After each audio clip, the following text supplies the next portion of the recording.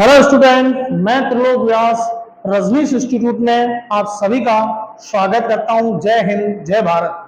जैसे कि हम राजनीति क्लास 12 की समकालीन विश्व राजनीति में शीत युद्ध के दौर के बारे में पढ़ेंगे। इसमें शीत युद्ध क्या था उसके बारे में आज हम विस्तृत अध्ययन करेंगे। जैसे कि हम पहले पढ़ चुके हैं शीत युद्ध का दौर, इसके अंदर सेकंड विश्व युद्ध जो हुआ था वो आपके 1939 से 1945 के बीच में हुआ था। उस समय विश्व भी दो भागों में बंटा हुआ था, यानी कि पहला गुट था मित्र राष्ट्र और दूसरा गुट था ध्रुवी राष्ट्र।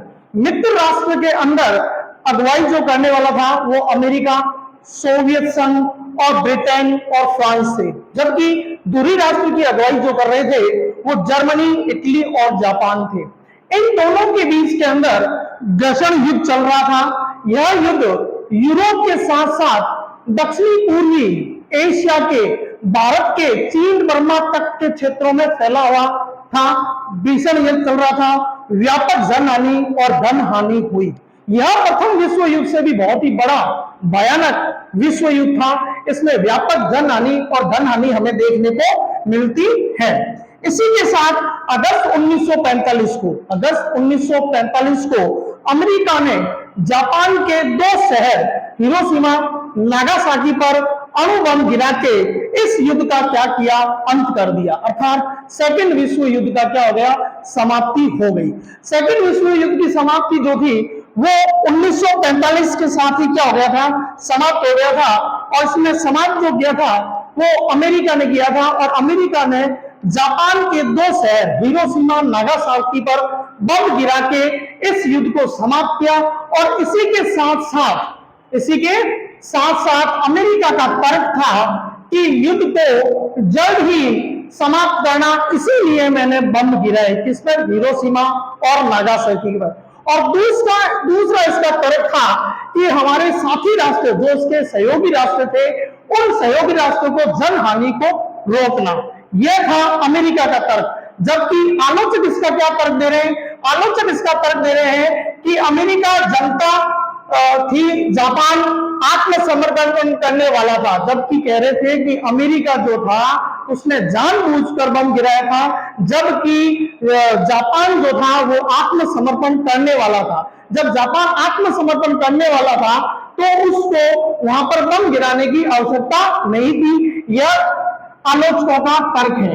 उनका दूसरा तर्क यह है कि सोवियत संघ एशिया का तथा अन्य जगहों पर राजनीतिक लाभ उठाने से रोकना था। दूसरा आलोचकों का तर्क है कि अमेरिका को सोवियत संघ द्वारा जो अन्य एशियाई देश है उनके तर्क और उनके सहयोग को क्या करना था, या राजनीतिक लाभ को क्या करना था, रोकना था।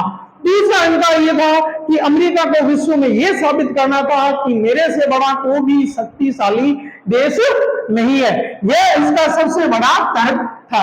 अब बात ये कर रहे हैं कि सेकंड विश्व युद्ध के अंदर अमेरिका का तर्क था युद्ध को जल्दी से जल्दी समाप्त करना, इसलिए मैंने बम गिराए। दूसरा तर्क उसका ये आ रहा है साथी राष्ट्रों के हानि को रोकना था, अर्थात उसके जो साथी राष्ट्र थे उसकी हानि को रोकना था। जबकि आलोचक का तर्क अमेरिका जानती थी कि जापान आत्मसमर्पण करने वाला है, उसके बावजूद भी इसने क्या कर दिए, बम गिरा दिए। दूसरा, सोवियत संघ से एशिया तथा अन्य देशों से मिलने वाले सहयोग और राजनीतिक लाभ को उठाने से रोकना था। और इसके साथ साथ ही अमेरिका अपने आप को शक्तिशाली साबित करना चाहता था। इसी के साथ द्वितीय विश्व युद्ध के अंत के साथ ही वैश्विक राजनीति में दो महाशक्तियों का उदय हुआ। ये दो महाशक्तियां कौन सी थी, पहली थी अमेरिका और दूसरी थी सोवियत संघ। दोनों ही महाशक्तियां अपने आप में परमाणु संपन्न, बहुत ही शक्तिशाली, और इसी के साथ अपन कह सकते हैं बहुत ही, अपन ये कह सकते हैं पावरफुल दो वर्ड बन गए, वर्ड में दो गुट बन गए थे, पावरफुल दो गुट बन गए थे।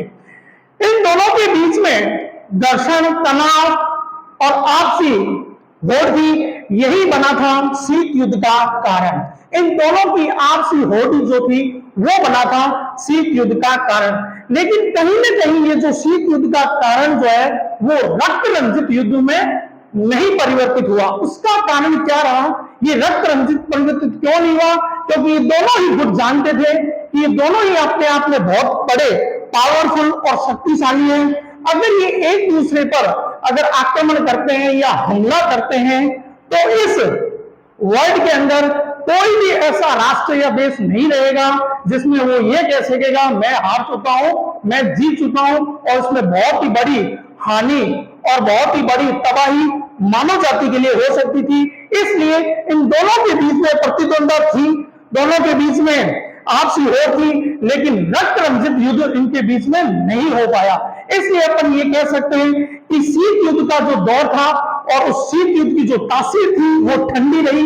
वो ठंडी रहने का कारण ये थी क्योंकि ये दोनों महाशक्ति आपस में जानते थे कि अगर हम युद्ध करेंगे तो ऐसा कोई बचेगा ही नहीं वर्ल्ड के अंदर जो ये कह सकता है मैं जीत चुका हूं और वो हार चुका है, क्योंकि बड़ी ही मानव हानि इसमें हो सकती है। इसी के साथ अमेरिका ने